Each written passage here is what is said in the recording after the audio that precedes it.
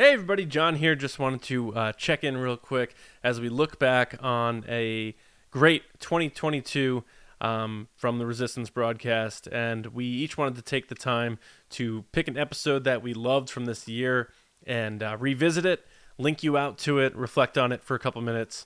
And I know Lacey picked our live event at Celebration, which I think we all would maybe say was our favorite just because of what went into it and everything. But she's going to cover that one. So I wanted to pick something that maybe we're not always known for by people who don't know us well. And it's when we get into those sort of deeper discussions that we have quite often. But this one in particular is the mother's role in characters' journeys in Star Wars. Because Star Wars is always talking about the trope of fathers and sons and that sort of thing. And we thought, there's a lot of pivotal moments created by the relationships between mothers and the kids in Star Wars. So we had a really good discussion about that. We talked about Shmi Skywalker. We talked about Padme, had she survived, what that would have been like. Of course, Leia with Ben Solo and down the line. And we talk about all of it. And what I love about those discussions is I'll pitch a topic or what have you, and we'll go into it without sharing notes with each other. We don't know what the others are going to bring up. So I like that aspect of podcasting, that's sort of like you are just getting into that conversation, because then maybe something that James says or that Lacey says triggers something else in my mind that I wouldn't have thought of in a good way. It takes us down another path in the conversation. And I love that aspect of podcasting, not preparing, just getting into it and having a discussion and coming on the other side of the discussion, talking about things maybe you didn't think you were going to talk about or bring up, and maybe picking up on a few things or learning other things and points of view from different people. Because Lacey's now a mom, and James is a father, and his wife obviously is a mom, and my wife's a mom, and we get those perspectives, and then also of course our own mothers and our relationships with them, and how sort of Star Wars uses those relationships to help send characters on certain paths. And that was a really good discussion. It was back in April. And in addition to that, we also did our segment One with the Force, and we had some cool topics there on Jedis that never turned to the dark side, but we think might or would have the best chance to. And I picked Ki-Adi-Mundi, and I totally forgot that I did, but I am totally still agreeing with that.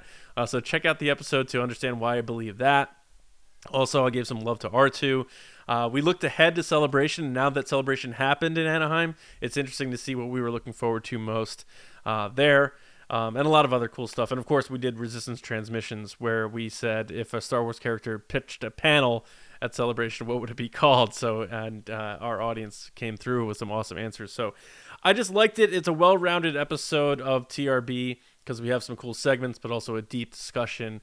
And I like reminding people that we do that stuff on the podcast, because we do outwardly put this sort of friendly disposition about our community and our culture and what we're all about, which is a good time, enjoying Star Wars and having fun. And I think sometimes people who don't really pay attention to our episodes don't see that we really can dig deep sometimes and have some really well thought out, theme-based, important conversations. And what Star Wars can do for us. So check it out. Again, it's called The Mother's Role in Characters' Journeys in Star Wars. It was back from April of this year, if you haven't had a chance to check it out. But if you want to revisit it too, that's cool. But that's my pick for 2022. So hope everyone's safe. Hope everyone's having happy holidays. And as always, I'll see you in the new year. See you around, kids.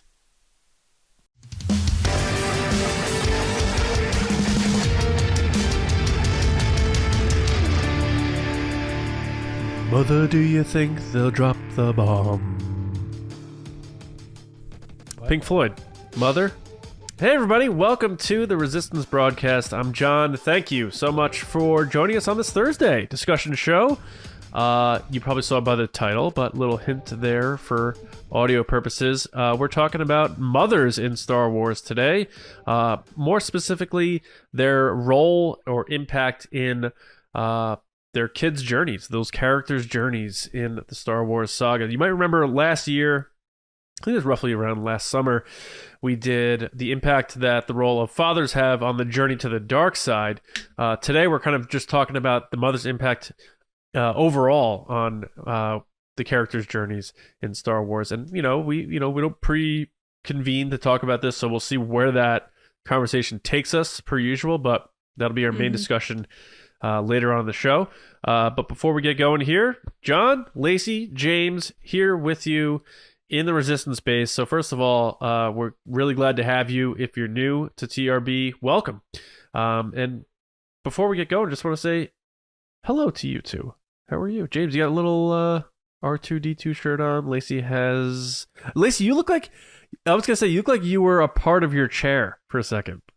I am wearing the same color as my chair. I've noticed that now. Even with the kind of wash look. No, I'm wearing a Star Wars You have a hunchback. It's like keeps coming up. Yeah, because the weird shape. Right. You and I have the same chair. Someone pointed that out once on an episode, being like, "Did Lacey and John have the same chair?" Yes, we do. Yes, we do. Yeah. Fun fact. But James, what shirt is that? Is that I know it's R2, but is that it's R2-D2? Yeah. I actually don't know how I got it, but it's just a full front, And it looks like a concept hand drawing or something like that. It is kind of like a hand drawn. Yeah, that's cool. Sort of. I'm wearing our No Moon shirt, which is currently unavailable, but who knows? Maybe it will make a return one day. But anyway, we have a really cool show here for you. Before we get going, just want to say if you love what we do here at TRB, you're listening to our three voices or you're seeing our three faces. What you get from us, no matter whether it's the Mando Fan Show, all the other, the 1 minute shorts we're doing, all the other extra videos we put out on the YouTube channel, all the other extra podcast stuff, all the stuff at the events. It's the three of us do it all. And your support allows us to do it and allows us to put the time in, put the effort in, put the work in, because we do work really hard to make this show and everything we do as good as we possibly can, because we love it and we care about it, and also we know how much you appreciate what we do. So if you do love what we do, please consider supporting us on Patreon. It's our real major source of support. Tiers start at $2 a month. You can pause the episode now and check it out, or after the show, but just know the link is patreon.com. That's patreon.com/resistance broadcast, and check it out. We have several tiers. They start at $2 a month. That's it. And immediately if you do that, boom, you get access to everything we do. Exclusive videos. We put out exclusive mini episodes every week.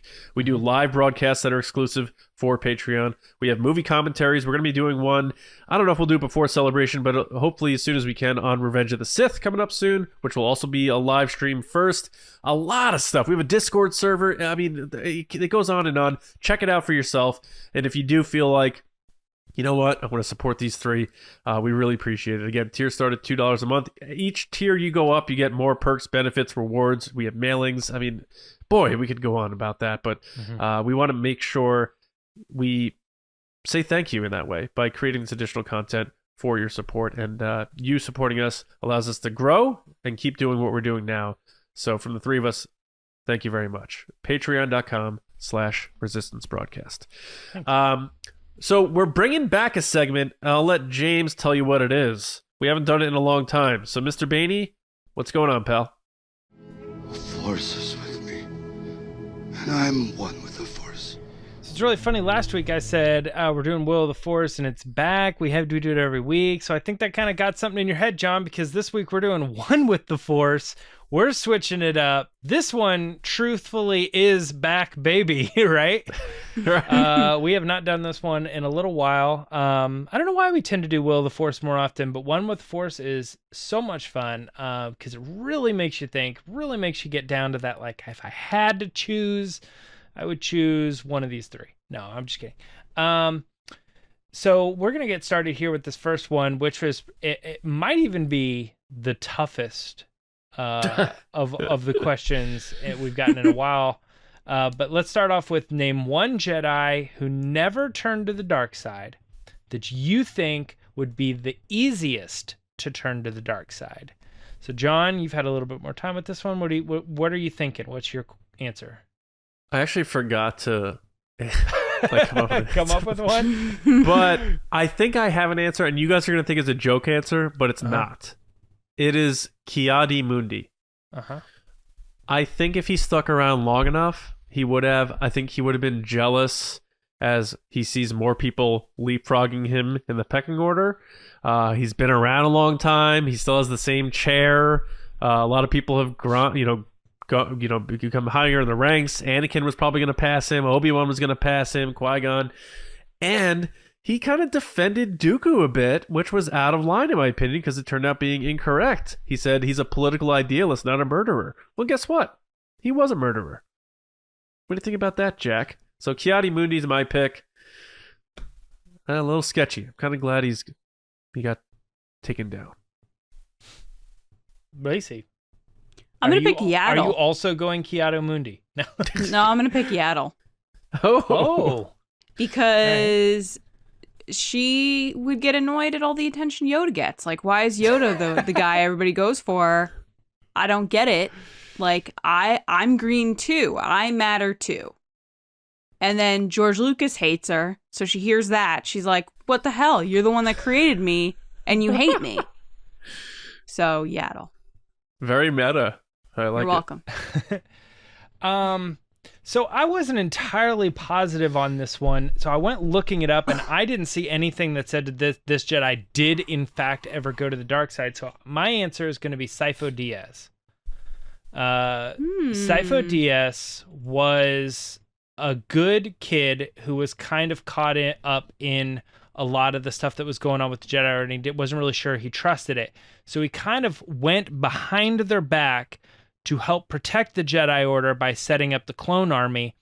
And when that stuff started happening, Palpatine and the Sith kind of got word of what was going on and they like took him out.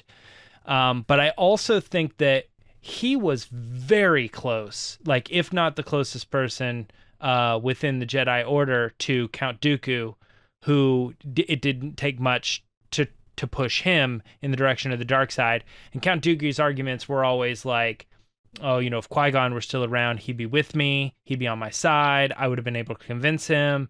So even more so than Qui-Gon, I think Sifo Dyas probably would have went with him on, yes, build the army, do this. The Jedi don't know what they're talking about. So I don't think Sifo Dyas ever went to the dark side. I think he was killed by the Sith, but I think he was starting to turn anti-Jedi, anti-Order. So all right, I'm gonna take that one.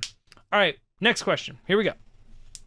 If you had the power to guarantee that one of these legacy characters appears in a future Star Wars movie with Rey and Finn, etc., you know what I mean, episode 10 kind of thing, which one would you lock in? Here are the three choices: Chewbacca, R2-D2, or C-3PO. All right, Lacey, you're first on this one. Out of those three, who's the one? Probably Chewbacca, because Rey needs a co-pilot. And she can't fly the Falcon on her own. So I would say Chewbacca. All right. That's a good answer. All right. John, what are you thinking? Good answer. Good answer. Good answer. Good answer. You guys I've been watching a lot of Game Show Network lately during work. I've been getting back into like Deal or No Deal. Howie Mandel tweeted me and said he wanted to come back and do it. That was very exciting. Howie, come on the podcast. My favorite game show, Gold Case. John won't get that reference. It's that one. Yeah, it's that one. Meghan Markle, I think, was on. Wasn't she on Deal or No Deal? He was one of the case people. Maybe. But also, I've been watching a lot of the old Family Feuds, the Steve Harvey ones. And it's always entertaining. Family Feud, my buddy Ruben did the warm-up for that. He's the best. Can I also go off on a small tangent on Deal or No Deal? Have you ever seen the arcade game Deal or No Deal? Maybe. Yes, I love that. Yes, you have to get tickets. Yes. Okay. I went to the thing and I was watching it and I was like, okay, so they show you where it is and then they go like shuffle game. Yeah. They're doing the boxes, right? And I was like, so it's obviously moving too fast. No one's going to be able to see it. However, I have this iPhone that has slow motion. So I recorded it. You're such an... Oh my God. Hold on. I recorded it watched it back in slow motion and followed the box, they're lying. The game was cheating. It's you were cheating and they got you. No, I understand, but like they make it seem like, you know, hey, we're gonna mix them up, so keep your eye on it. But it does not matter. They're lying to you. They're putting it in a different box. Deal or No Deal never even did that. Why didn't they just show the 20? The video game. But what's the point of doing that? Why not just say, here's the cases, pick one. Because it makes you feel like you have more of a chance than just random cases. I hate when they change things from how they really are. It's a fun game. I always play it in the arcade. It's just the arcade version of a game. How do you... Exactly, just do that. I know, but there's probably a reason they can't do that. So... Because then you got people like James like, I'm really going to get him this time. No, I always play that game if I'm in an arcade, the Deal or No Deal. John, who are you picking? James goes, get out of here. That and the big fish wheel with the big lever to get tickets. James has kicked me out many times. Yeah. I don't know. Lacey has a good point with Chewie. Need a co-pilot. I figure once Rey and Poe get married, they would just pilot it together. Oh my God. You just made quite the claim, Mr. Hoey, that you think... No, Poe's dying in episode 10. We all know that. Plus, I'm pretty sure Rey's getting with Din Djarin. Right? Apparently,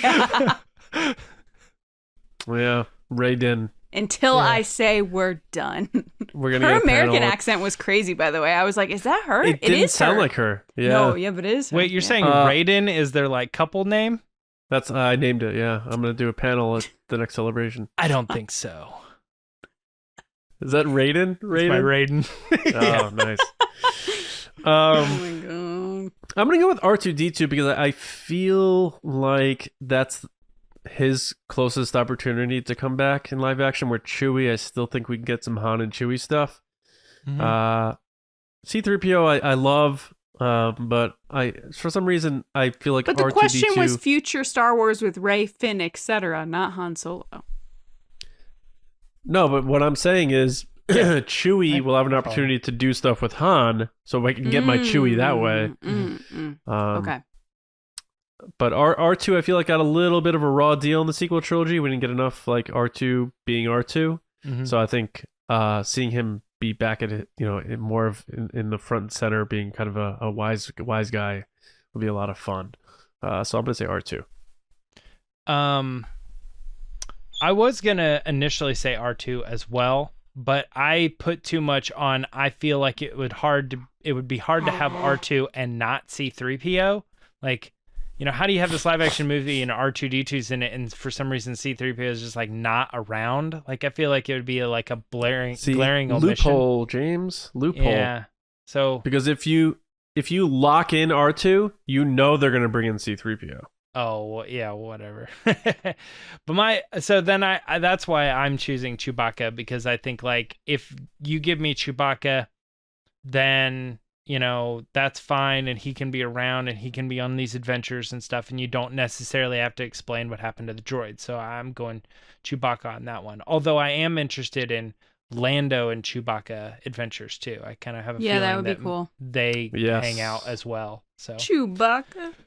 All right, next question is, what is the one thing you are most excited about for Star Wars Celebration? John, you're first on this. Only one thing? One thing. I think the aspect of the conversation, just being with fellow fans and talking about Star Wars, and being able to do it. Obviously we do it on the podcast, but just like seeing other people that and sharing a beer with someone and just talking fun about Star Wars, those are some of my best takeaways from our first celebration. So, while I am excited about the big stuff, like the reveals and the panels and seeing, actors and that sort of stuff, I think just like being with fellow fans and just being able to like let loose about this thing without being called like nerdy, and everyone just understanding how much you love it. And there's something about that in-person exchange you could have with somebody that's not able to be replicated online, where you could say like, yeah, you know what, I didn't like, Attack of the Clones or something. They'd be like, oh, that's all right. Whereas online it'd be like, oh my God, you're the worst. So there's something really special about being able to converse with people in person at Celebration. It's a really fun aspect of being there. I like the conversation you can have with people about it. Mm-hmm. Lacey? Again, this is a hard question for me because there are so many things I'm excited about, but probably just the meeting of other fans. Like, there's so many people, and you guys that are listening and watching, that we've discussed things online or you've talked to me in the comments. So just getting to meet you guys, it's been a crazy 2 years for a lot of people, for me too, with a lot of like ups and downs. So it's just nice to know that I'm finally going to be at an event with other fans where we get to like be face to face and enjoy being in a great event where the energy is like a positive thing and everyone's excited to be there. But yeah, probably like the meeting of other fans. I think, yeah, we're all our answers are so very similar. They all have to do with like actually interaction with these people, you know, because we've been missing it for so long. Everyone's been so isolated for like 2 years. I think like when I was at Celebration, there was that aspect of like, oh my gosh, on the stage right now, Jon Favreau, you know what I mean? He's like a celebrity and he's like really there. He's really in person. But I actually had more of an impact when I was walking around and having discussions with other Star Wars creators that I've seen, that I've kind of followed.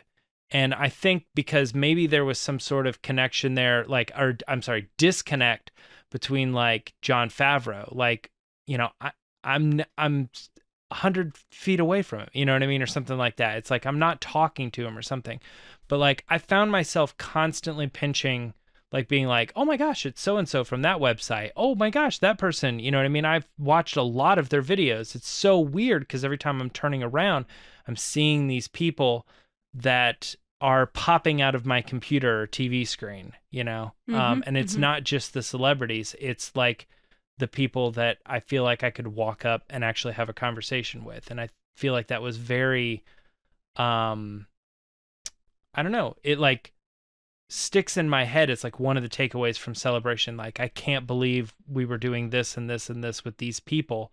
Cause I don't know, in a lot of ways, like you don't even think they know you exist. And they were thinking the same thing. Like, they're like, oh my gosh, it's James from Resistance Broadcast. And I'm like, that's weird, you know? But it's like, we're meeting and we're talking and we're real people. We're not just watching each other's videos. So I think that there was something very special about that too.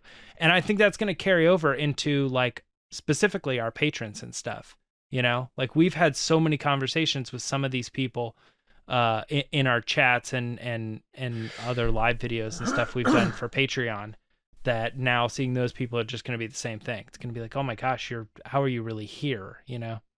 Yeah. So I think that's it. Let's do this last one here before we get into the discussion. Star Wars is funny. We know that, right? But with Attack of the Clones, let's call it funny. Yeah, no. With Attack of the Clones celebrating its 20th anniversary, what is the funniest moment from the movie itself? Lacey, you get to go first. What is your funniest moment in the movie? I stand by my what was the countdown, Kessler, we had like unintentionally funny moments. Oh, sure. I stand by my pear floating, cutting fork scene. It's not romantic, it's just weird.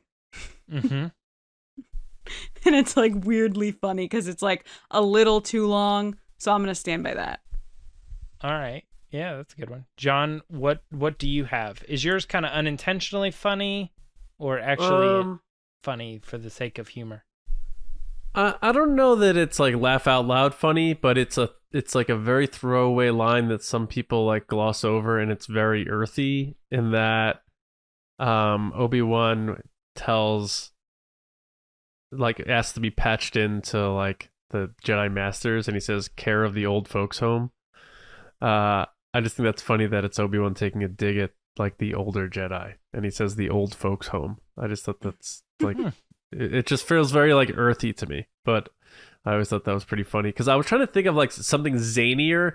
Like I think like really the funniest thing in Attack of the Clones is, this might be my real answer, is Frank. Now that I'm thinking about it, Frank, like, remember I said, like, this might have been on the countdown too, Lacey R. Kessel Run, but like picturing Frank Oz in an ADR booth doing Yoda's like, as he's fighting Dooku.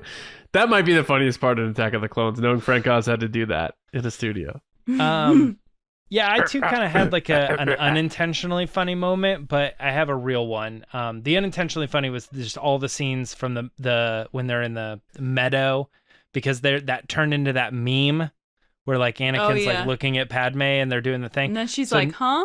And now like, kind of like unintentionally funny. That scene's kind of funny.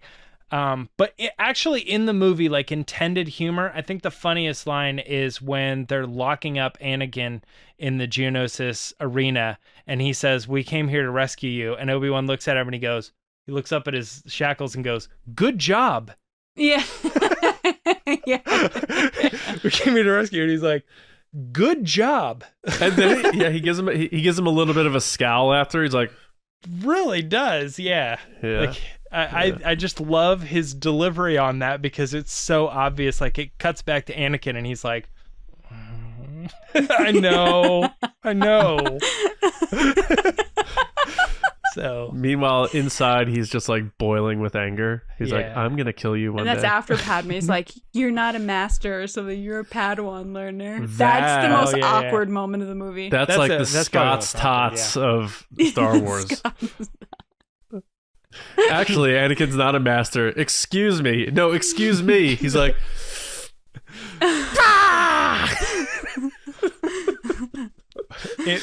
how much of the story would have changed if that was the moment when he just choked her? I was gonna say, yeah. Imagine a Mustafar. He's like, "Who's the master now? Huh? You like that?" Oh, all right. God, well, Anakin. Not the best moment, but maybe a good place to end that is kind of talking about Padme, thinking about Padme as we move into our discussion. John, you want to take us into the next section? That's it for One with the Force. All right, yeah, our discussion this week, more of the serious side, but I'm sure there'll be some lighthearted moments in this. But we've done fathers before, but now it's time with Mother's Day just around the corner. Star Wars: The Mother's Role in Characters' Journeys. Obi-Wan once thought as you do. So, Star Wars often focuses heavily on the relationship between fathers and sons. Vader and Luke, Han and Ben. Less direct versions like Qui-Gon and Anakin, even Owen and Luke, so to speak. But mothers play significant roles in the Star Wars saga, directly or indirectly influencing the makeup of some of our favorite characters and their journeys, for good and for bad. So let's talk about the mothers of Star Wars and the roles they play in character journeys. I kind of just came up with this because I did think about, the fact that Mother's Day is in a few weeks. Lacey, you're a new mom, and just I feel like Star Wars usually always focuses on the father stuff, mainly because of the big shadow cast by the whole Darth Vader thing. And that, you mean they just murder the moms?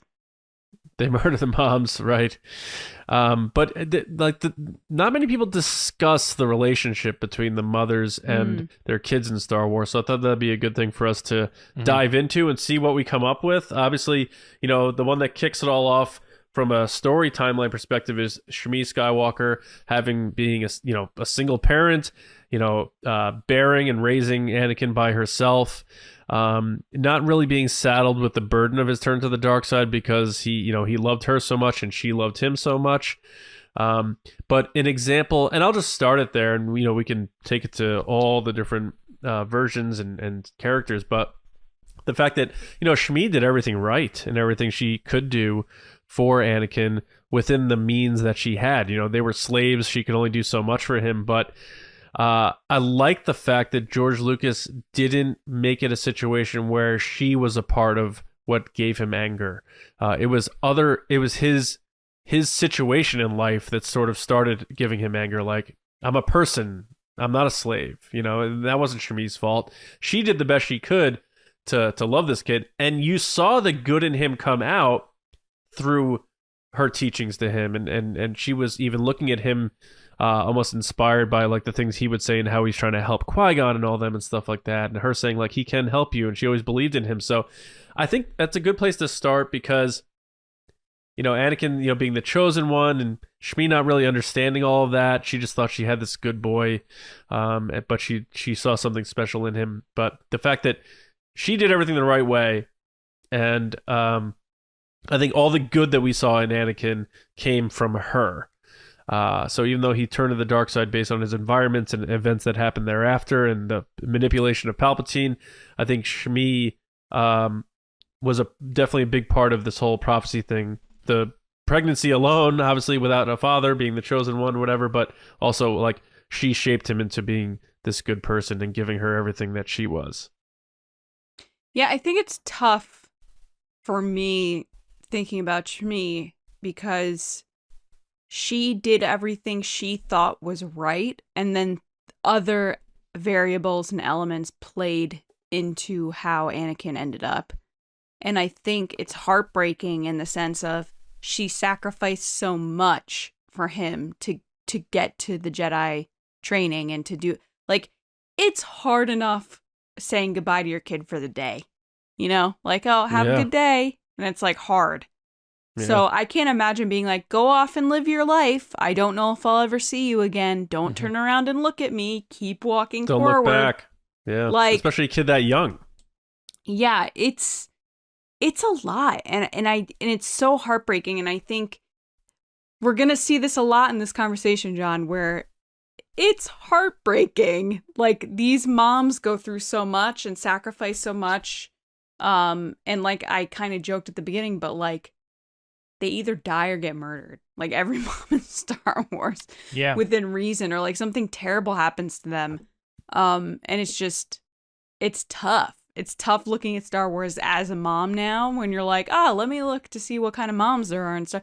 Like, I guess Hera would be the mom that probably is the most like, okay, she had a happy ending with her kid. And like, she ended up in a good spot. But at the same time, lost the father. So it's not perfectly happy, but at least her and the child have a great relationship.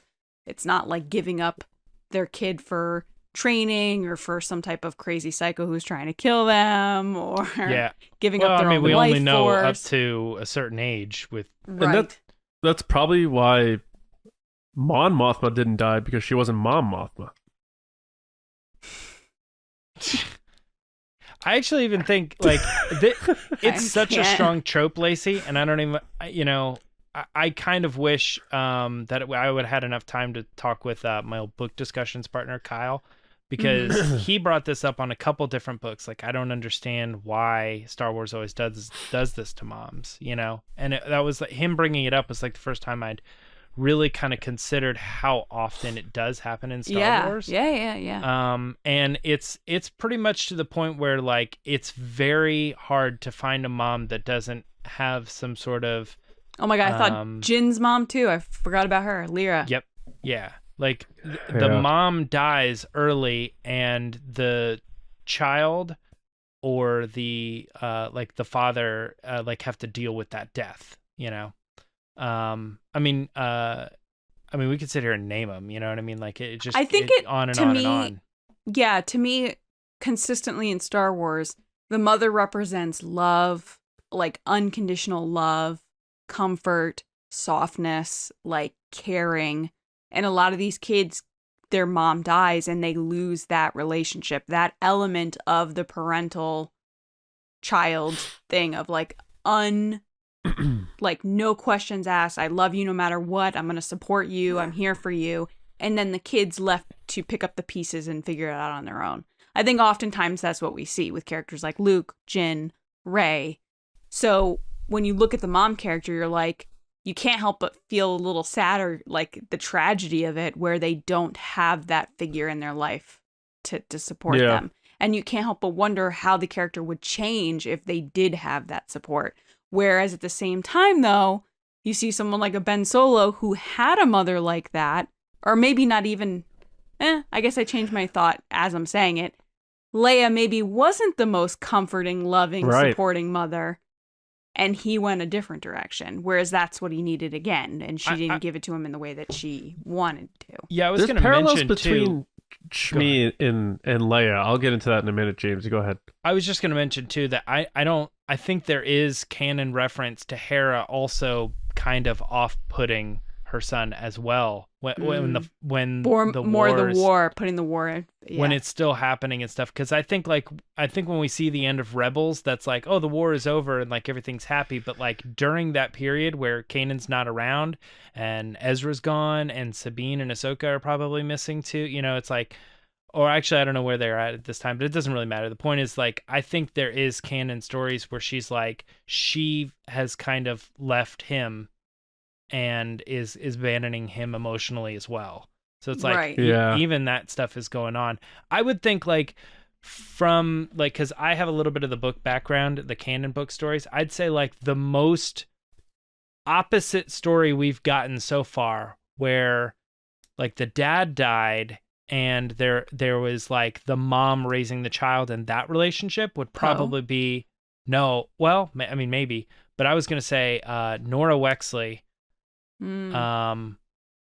having lost her husband and then now is trying to raise Snap, you know, to be a good person, but she's off fighting the war and he's like becoming his own into his adulthood. And as you watch their relationship go through the 3 books and how Wedge gets brought in as like this secondary father figure and stuff, it is such a good story that is so different from Star Wars because the mother is at the core of the story there, trying to raise the kid and trying to understand and be there for the kid. I think Hera's story is similar to that, but we just haven't really seen it yet. Right. But those aftermath books are basically like, that's the center of the story, is Nora Wexley and her son being kind of like involved in her life and sort of not being involved. So I'd say if you're interested in that type of story, the motherly story, that's probably the best example I can think of right now in canon Star Wars. Right. And the Leia thing's tricky because, when I said the parallels between her and Shmi, and then you think about the fact that, Shmi is her grandmother, and, Shmi let Anakin go and be with the Jedi, and she thought that was the best thing for him. And like we were saying, I can't even imagine letting my kid go off to somebody else. And so you're having faith in your kid just as much as you're having faith in the person you're putting your kid in their watch over. Their well-being, so, yeah. But Leia doing the same thing, but to a lesser degree, because she's sending Ben off to be with her brother. So it's probably maybe an easier move, but at the same time, like, it's that whole hindsight's 2020. What if she didn't? Would his powers still have been too much for him, and he would have had to have figured that out somewhere? So she's probably like, who better than my brother? So ultimately, you have to say she made the right choice, because his connection with the Force was inherent, and it was there, and something had to happen with it. So it was either not do anything and let someone else grab hold of him first, or who knows what takes hold of him with those powers. And we saw Rey having a hard time trying to understand her powers before she got to Luke too. So no mother the fact or that father. Yeah, right. And so the fact that people say, oh, I can't believe Leia let him go and that sort of thing, like that's a tough thing. I don't blame Leia for that. And like, you see Han and Leia talk about it in The Force Awakens, and you see that they're both sort of grieving as to what happened. We lost our son, and they're blaming each other for it. And they said, we did the best we could. We went back to the only thing we knew. And but I don't blame Leia for what happened to Ben Solo. I don't think anybody really does, but yeah, but you can see how it's that thing, like, well, you let your son go, and you just believe that just because Luke Skywalker was Luke Skywalker, that everything was going to turn out okay, and it didn't. But I see, in other words, I'm saying there's parallels there between her and Shmi because they both let their kids go, but it was an easier choice, in my opinion, for Leia to do it because it was Luke Skywalker versus Shmi saying, I don't know who these guys are, I've heard that the Jedi are good. I don't want him to be a slave. Make a better life for him because he's always dreamed about doing these things. Mm-hmm. So she, like, it was almost like the, you release, you have your kid on the training wheels come off the bike and you let go of the bike for the first time. That's like what Shmi's doing. Whereas Leia, it just felt like we got to do something because we know the history here. Mm-hmm. We got to hope that Luke's going to take care of it. So there I are wonder parallels. if we're but going to get it's that different. story of what happened that drove her to be like, you know what, you're going to Uncle Luke's. Because there had to be some incident where something happened or...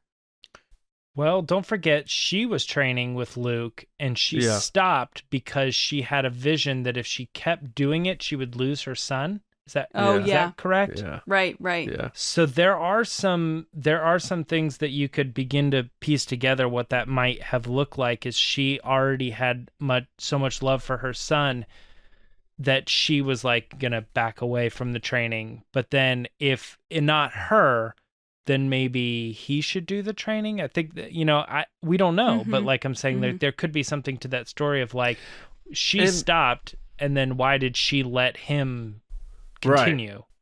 Right. Yeah. So Leia, like, I like that they bring that stuff up because you can see that she did everything she could to try to make the right decision, and even when as a parent, I know, like, I do things like if I get mad at my son, I'm like, why did I just do that? Or, you're always, or why do I worry about him getting hurt so much? And, you're always trying to do the right thing. And you're like, don't touch that. And then what do? They touch it. Don't touch that thing. Oh, I want to go touch that thing. You're always trying to do the best you can because you want to, make your kids safe and make sure they're okay and help them learn and grow and all that stuff. And parenting is tough, and you're going to make mistakes. But I like that they showed us that Leia was trying to at least do the best she could for him, and that's a great example, James, in terms of her giving up that aspect of things because of that sort of vision or dream she had. But then there's mothers who didn't get to fully be mothers, and like Padme, for example, and she was for without question a mother because she was carried those twins, and throughout that whole time protected them. We're talking about a very war-torn time. She's a high-priced target, so to speak, a big name. She could have been killed many times during all of that. Was what was happening with the fall of the Old Republic, or fall of the Republic at the time. So like that, like, I don't think, like, I know that they have I haven't read the Padme novels. I don't know if they touch on the aspect of more of her during the time where she was pregnant with the twins, but even just in Revenge of the Sith alone, just her trying to keep things together and understanding that her realizing she's losing Anakin no matter what she does, and her desperation to try to like get him to stay and realize his good-natured side, and as she's bringing this one baby into the world that she thought at the time wound up being two. But that that has to be like an insane thing to do in this it's a fictitious story, but you're in the middle of this war. You're a main focal point of it, and you're pregnant, but no one's supposed to know that you are, and like that. Like, I don't think people like give Padme credit for that aspect of things. They focus on like her with Anakin more so, but the fact that she was protecting her unborn child while at the same time no one's supposed to know that it's Anakin's, like, that's just like the burden that was on Padme through all of that they didn't really focus too much on is just wild. And I think when people think of mothers, they always think of once the kid's born and you're raising them, but you're protecting, as Lacey you could touch on, you're protecting this baby in your womb, right? So that's your mother from that moment. Mm-hmm. Yeah, sorry, it was just weird for you to say your womb. Your womb. It was just weird. Anyway, the Padme thing for me though kind of irks me, and it always has, and it does even more now. And I feel like people are gonna get annoyed with me, but it is what it is. I'm in a different perspective now than I was, a year ago.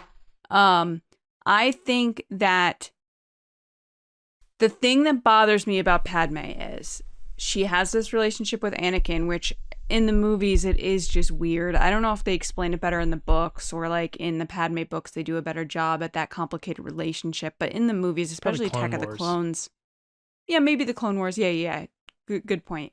But in the movies, when you look at the movies, I don't think the chemistry is there, and I don't think it's really portrayed that well. I think it's better maybe in Revenge of the Sith than Attack of the Clones, but with the pregnancy thing, they're clearly so happy and she's so excited, and there are like several moments where she even says to Obi-Wan like she's making the choice for her children. But then at the end of the movie, she dies from, quote, a broken heart and a loss to like she doesn't want to live anymore.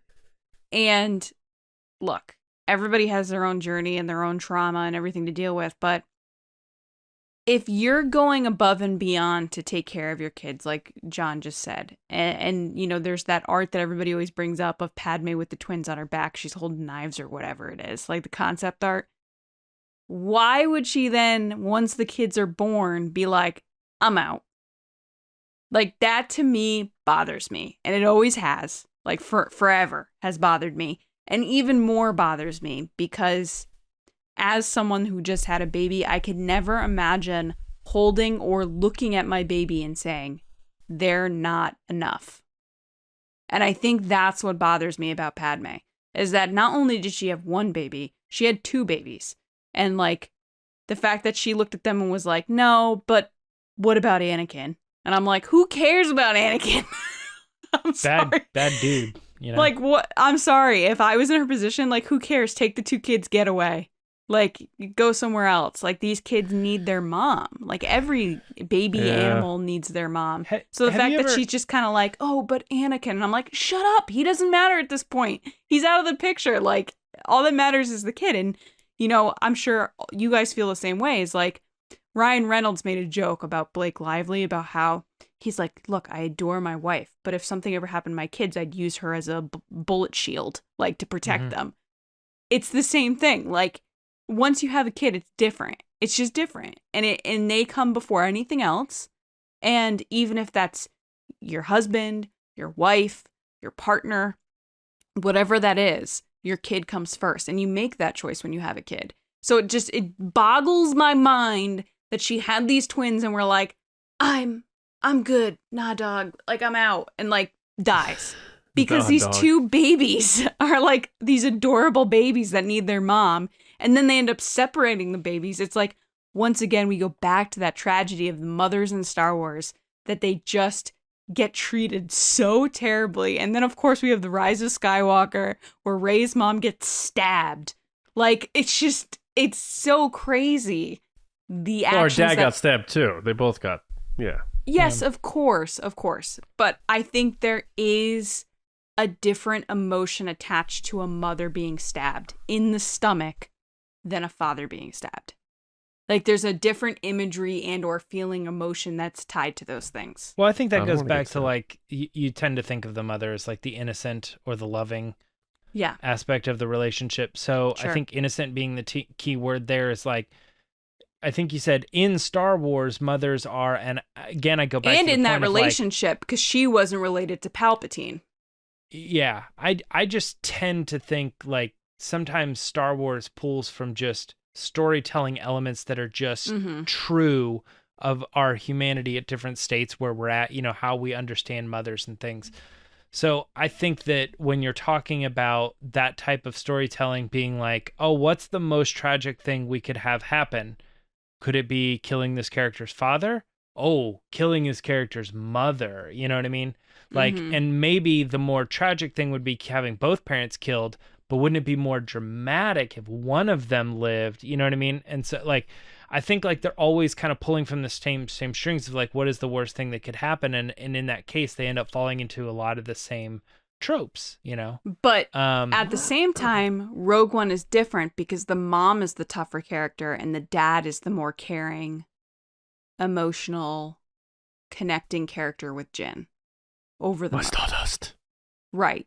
So you have that father-daughter relationship is the focus of that kind of emotional, loving, like cuddly, I say. Like, you know, like that emotion that you associate with that parent.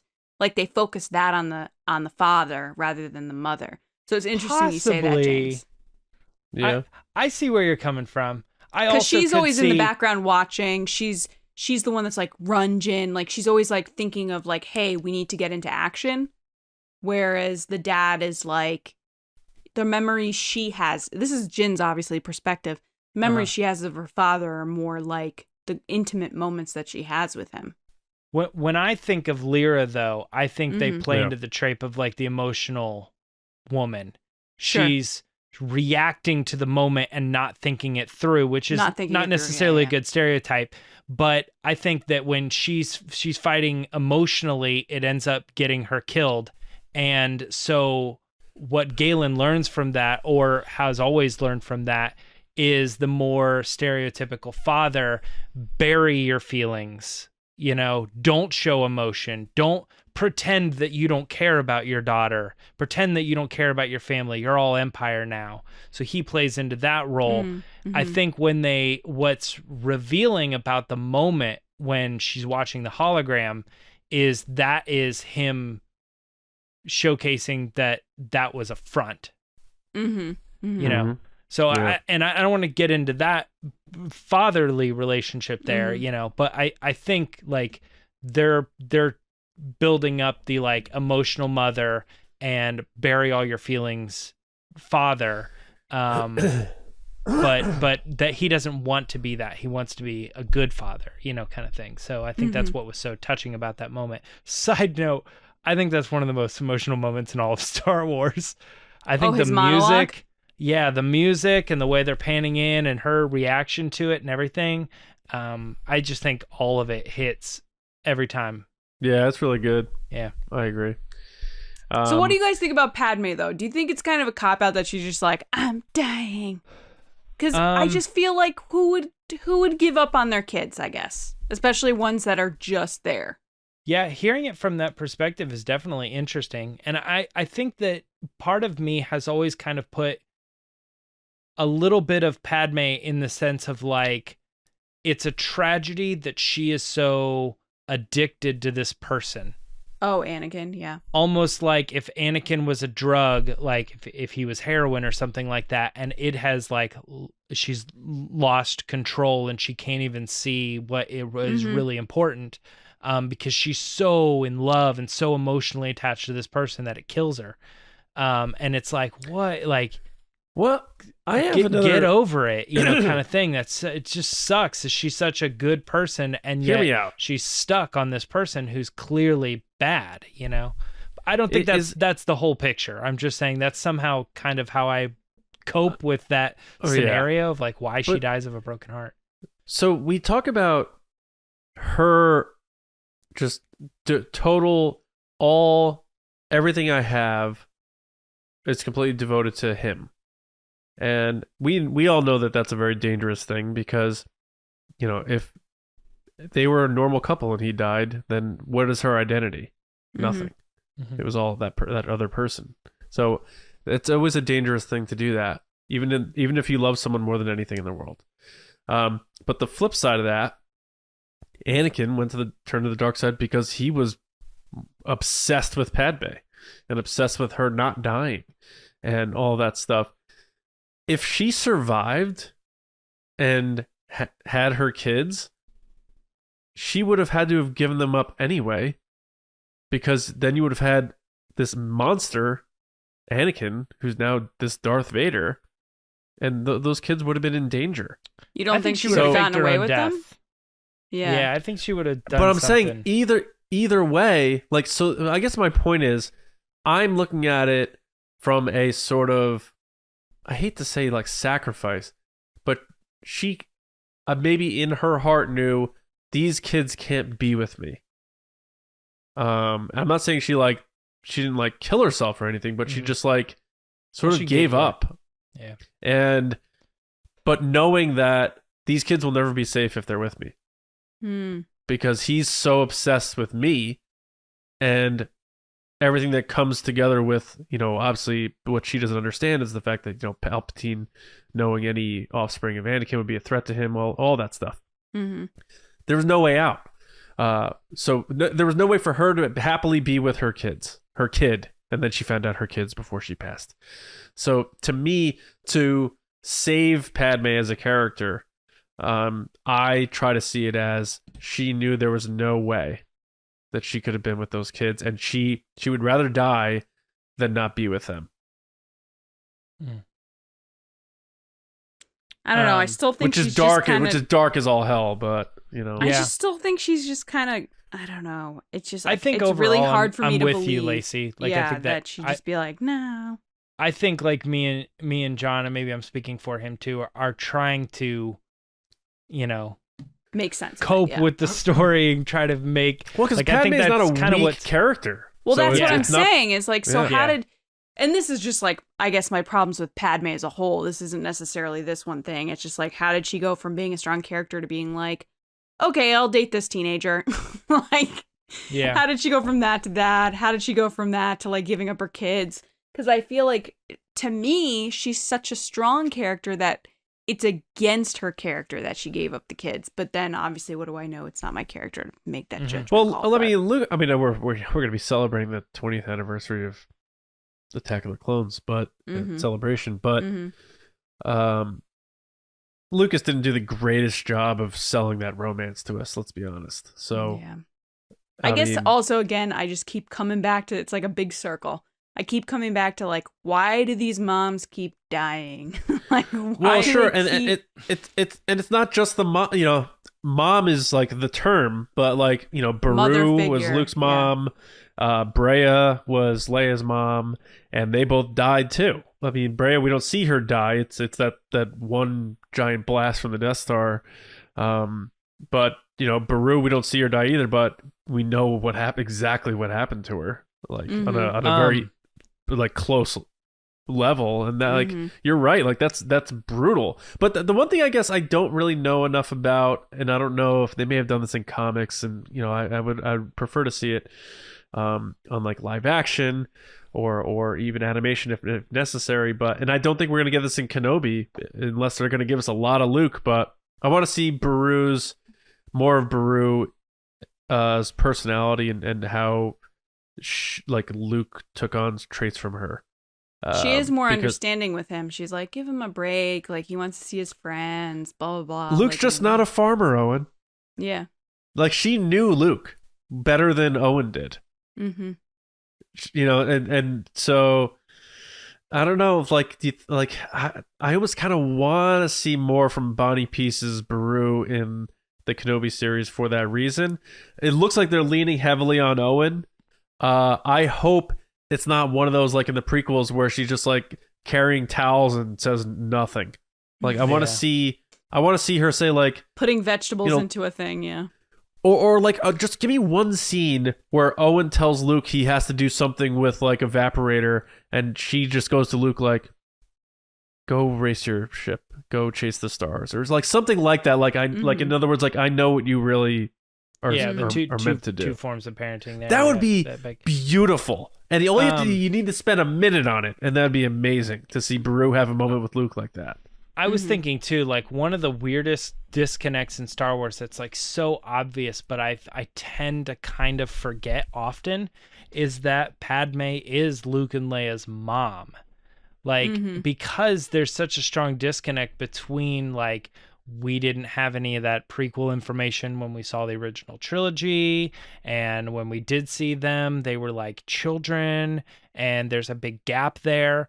And I'm kind of hoping in Kenobi that there is a little bit of this connect between a child Luke who's, young, and we can kind of see him being raised a little bit more than like, older teenage, almost adult Luke, but like actual more of like a kid.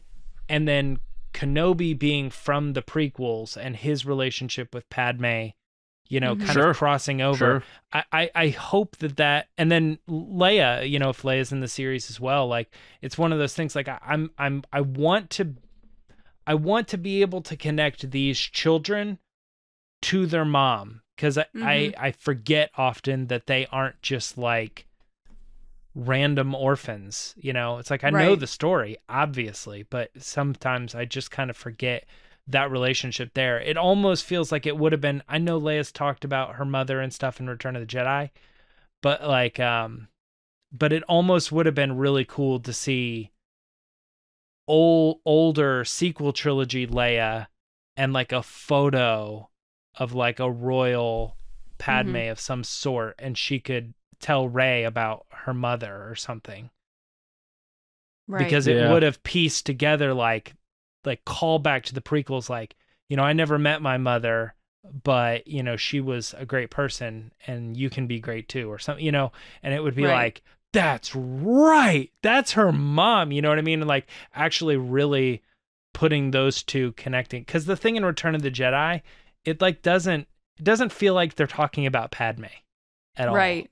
Well, because they kind of weren't. They weren't. Yeah, I know. But... It feels like they're talking about a nurse at like some orphan home who said that was her mother for a while or something. Well, and any memory Leia has due to continuity has to be via a dream or, you know, a vision or something. Feeling, because or a photo. Literally minutes old when she died. So, in the Leia comic, she stands in front of a giant poster on Naboo of Queen Amidala.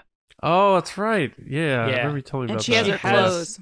Yeah, she's aware that her mother was the Queen of Naboo, but it's like... And doesn't Leia go to Naboo in the story of Battlefront or something like that? She does go there. She also does like in the comics, like I said. And Battlefront, boy, that's another one. Iden Versio, her father is the person that leads the command to blow up their home planet while their mom is on the planet. Like he basically murders her. Yeah. And when Iden Versio finds out about it, that's like the moment she flips and she's like, "You were part of this? Oh my God!" You know, and she turns to the rebellion. So, you know, here's one thing we're not sure about that there's like a really quick line in Solo was Lando saying his mother was the most amazing woman he ever knew. Oh yeah, right. And it's such a throwaway, nice. Now he said the most amazing woman I've ever known. Like we don't. It's like, do we know if his mother's alive or dead? And could we see his mother in the Lando series? Maybe a little mom redemption in Star Wars here. Like, wow. I don't know. I know we talked about Leia. I want to mention this really quick, but something we really didn't talk about is we talked about obviously Ben leaving and turning to the dark side, but we didn't really talk about him coming back. And that's a big, big moment in The Rise of Skywalker, especially when she sacrifices her life for him. Like, that's such a big moment. And I thought, you know, I think... For both of them. Yeah, and I think all three of us agree that that was the perfect way they could have handled the whole Carrie situation / Leia situation. Oh my God, unbelievable. Yeah, just handling the character in the best way possible. And making the ultimate sacrifice for her son was such a beautiful way to end that character, because and her daughter in that respect, because she saw Rey as a daughter in a way. Yeah, I guess. But she didn't really protect Rey. She was saving Ben from Rey. I think the way that she was stopping Ben from killing Rey. He was about to kill her. Oh yeah, you're right. I'm thinking of it a little backwards. He was like this, and Rey's like, "Oh God, I'm dead." And then she like calls out to him. Right. It's interesting how they handled that. They gave so much redemption to the mother and the father when it comes to Ben Solo, despite the fact that its storyline, the father was dead, and in real life, the mother was dead. The actor was dead. Right. So it's like, what are we going to do with this story? And it's like, who saved Ben Solo? Was it the mother who, you know, gave every bit of her energy to stop him and say, no, stop this? Yeah. Or was it the memory of the father who finally made the moment for him to switch? So it's both. Like both. I know. That's what's so good about the storytelling. I'm looking at you, people who don't like the sequel trilogy. Like, it's amazing that they handled that way, you know? Yeah. That is a powerful... I'm glad you brought that up, Lacey. Because... Yeah, that is such a powerful moment when she like whispers his name. Because it contradicts the, hey, she sent him away. It's, okay, she sent him away, but then she did the ultimate thing.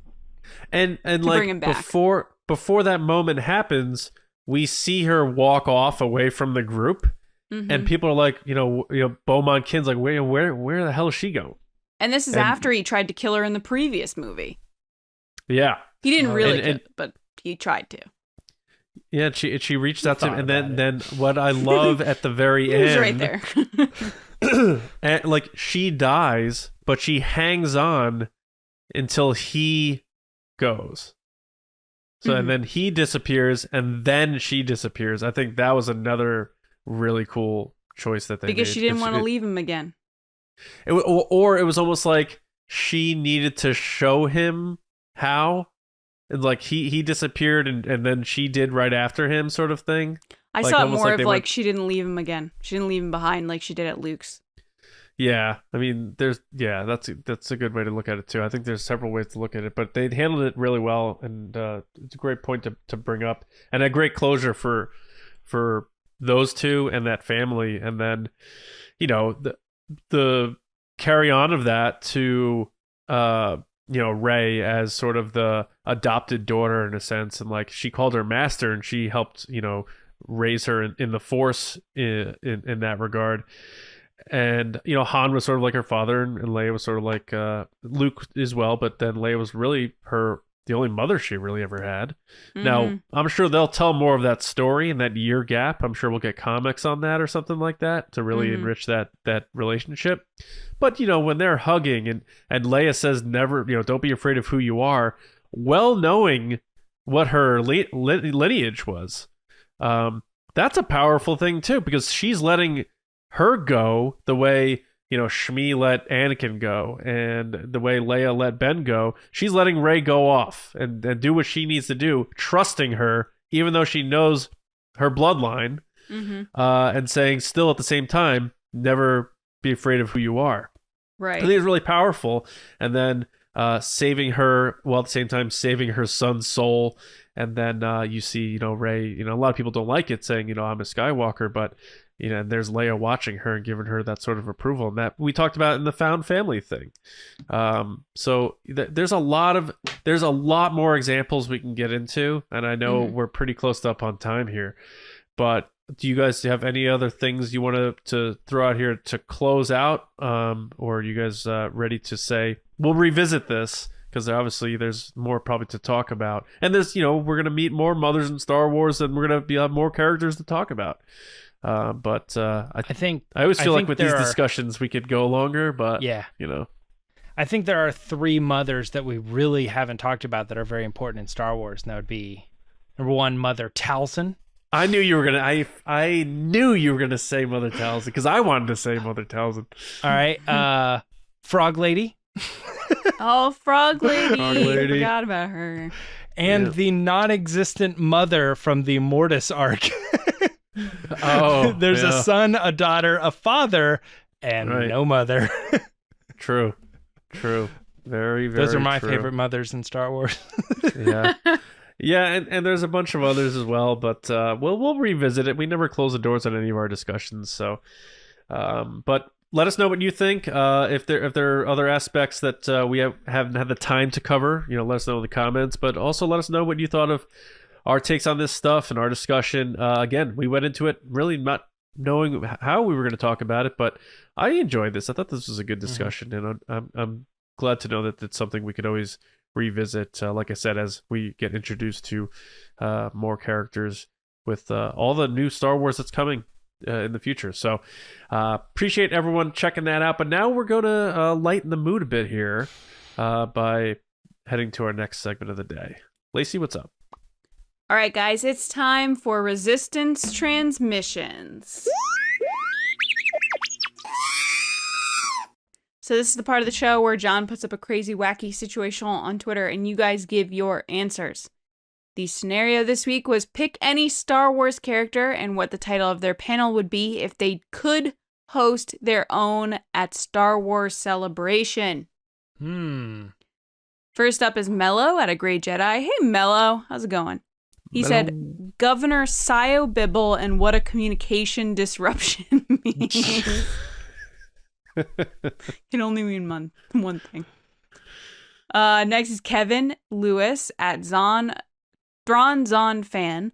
And Kevin said, Ponda Baba and Dr. Evazan, we don't like you either. Ponda and the doctor hurl insults at audience members who ask them questions. It could cost someone an arm. Well done, Kevin. That was good. Oh, we don't man. like you either. We don't like you either. Next is Adam Odell at Odell Adam. Hey, Adam. He said, join Admiral Piet for his panel on how to get friends killed and influence people as he shares the secret to his quick rise in the Imperial Navy. Bonus Q&A session afterwards for tricks on how to avoid being choked to death by his superior. Next is Mike Rumori at Drum Jetta. Hey, Mike. He said, traps. What are they and how do we identify them? Hosted by Admiral Akbar. Next is Rob Bartlett at RB7Rads. What up, Rod? Rob. Sorry, not Rod. Rod. Rob said, rethinking your life. That's a great thing for me right now. Rethinking your life, hosted by I can't read this from here. Alon Sleazebagano. Is it Bagano? Sleazebagano. Sleazebagano. Oh, it's the Death Sticks guy. Yeah. A moving go tale home and of rethink going life. home and rethinking your life. Next is Kyle B at Luke's Green Saber, and Kyle said, my journey from Dengar to Rothgar, a bounty hunter's tell-all by Rothgar Dang, sharing all his ugly truths. Next is Brian Ward at Brian E. Ward. What up, Brian? He said, it's Freetown now. City planning and brand management hosted by WK Barth. It's Freetown now. You know, it's funny. I thought that contradicted canon, but somebody pointed out they showed like in the book in Life Debt, the second Aftermath book, and it very specifically has a line. It's Freetown now. We changed the name and represents the people and all that stuff. It's like I was like, oh man, I kind of thought that was like an issue, but yeah, it's like it's addressed as Mos Pelgo, and he says it's Freetown now. It's Freetown now. Yeah, that's crazy. That's such a good one. Unless that was an April Fool's joke that I didn't catch on to. And last but not Maybe it least was. is I don't know. Alex I don't think it Zukis was. at Zubaka. What up, Alex? Who said, How to Be the Bigger Fish by Jacked Fish. Oh my god. Now, how did this become the last one? Ridiculous. Guys, thank you so much for your comments. Make sure to follow us on Twitter at RBATSWNN and look out for the situation every week, and you could be on the show. Back to you, John. Top of the show, we asked you to come join us on Patreon and support us. And if you're thinking about doing it, again, thank you. But we have to give out another thank you to existing patrons of ours. Our two top tiers, our generals and spice runners, always get a shout out on the show. And our generals are Carmelo, Jeremy Myers, John Risi, Jetta Rosewater, Paul Olson, Frank Grande, Darth Hurricane, John Charlton, Nick Kratz, Christian Morales, Brian Smith, Matt Chitty, Danny, Mike Rumore, Matt Heath, Double C Chris White, Brendan McLaughlin, and Val Trichkoff. Generals, thank you. Spice Runners, David Probus, Neil Shaw, Kendall Gelner, Ryan WAARA, Dave Hornak, Micah Harrison, Thomas Hennessy, and Andrew Staley. And a great job by David Probus on your pod race this past Monday. You've all been doing such a great job. And ultimately, most importantly, thank you all for your support and choosing TRB, because you guys are all amazing Star Wars fans, and it's an honor that you've chosen to support us. So thank you very much. Make sure you do subscribe to the show on your preferred platforms. We are free on every podcast platform in the galaxy. Take your pick. I like Spotify, and thank you to everybody who's been rating us on there. We're one of the top, if not the top, Star Wars podcast in ratings on Spotify. So thank you very much for that. And Crazy. Apple and such. And of course, youtube.com/Star Wars Newsnet video. Subscribe. We're trying to push to 8,000 subscribers by Celebration. We'll see how that goes. Also, Twitter. You know, we're getting pretty close to 10,000 followers. So if you haven't followed us there, at RBATSWNN. StarWarsNewsNet.com is where you want to go for all of your Star Wars news, reviews, editorials, information, and more. You can find me tweeting more often about Yankees baseball, since baseball's back, thankfully. On Twitter at Johnny Hoey, and writing and editing over at StarWarsNewsNet.com, and my movie podcast, Just Like the Movies. We just put out an episode on Demolition Man, which I didn't love before, but on a rewatch, I really enjoyed it. It was a lot of fun. Lacey, how about you? People can find me on Twitter and Instagram at Lacey Gilleran, talking about Star Wars all the time, because that's all I talk about. You're welcome. All right. Yep. James? Me? I'm pretty simple. I'm the same thing that I've been saying for like 5 years. Twitter and Instagram at Meyer Trump. Pinky in the brain style. Exactly. The same thing we do every week, John. Give our Twitter take handles. over the Twitter. Yeah. We hope everyone has a great weekend. Hopefully we have more to share with you about our plans for Star Wars Celebration on our next episode. So we'll see you then, right here on the Resistance broadcast. And as always, we'll see you around, kids.